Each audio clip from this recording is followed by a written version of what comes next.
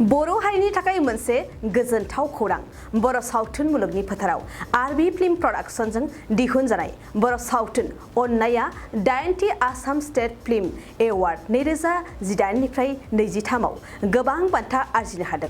थारैनो बर' सावथुन मुलुगनि थाखाय बे गोग्गाथाव खौरां।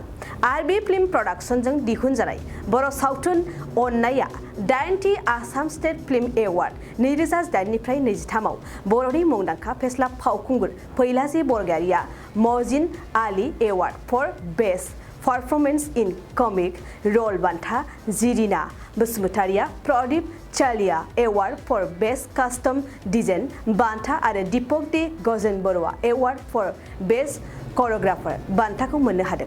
बे बान्थाखौ मैया आसामनि कालचार एफेयार्स मिनिस्टार बिमल बराया गुवाहाटीआव लिंजानाय मोनसे खौरां मेलनि गेजेरजों रोखा खालामो।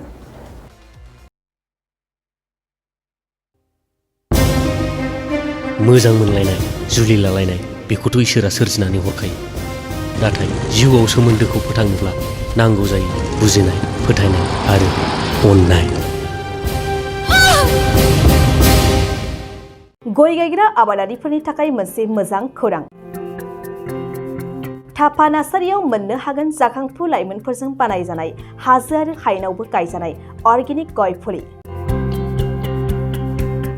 थापा नार्सारियाव अर्गेनिक आदबजों बानायजानाय मोजाङैनो खिलिखांनाय गासै 20,000सो गेरेमसा गय फुलिफोर दं।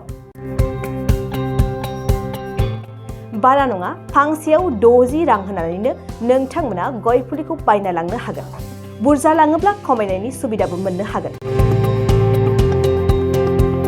थापा नार्सारिनि गुबै थङा क'क्राझार सहरनि सानजा फारसे थानाय बावखुंग्रि हाजोजों नांजाबनाय हरिनागुरि गामि हाथाइनि साखाथियाव।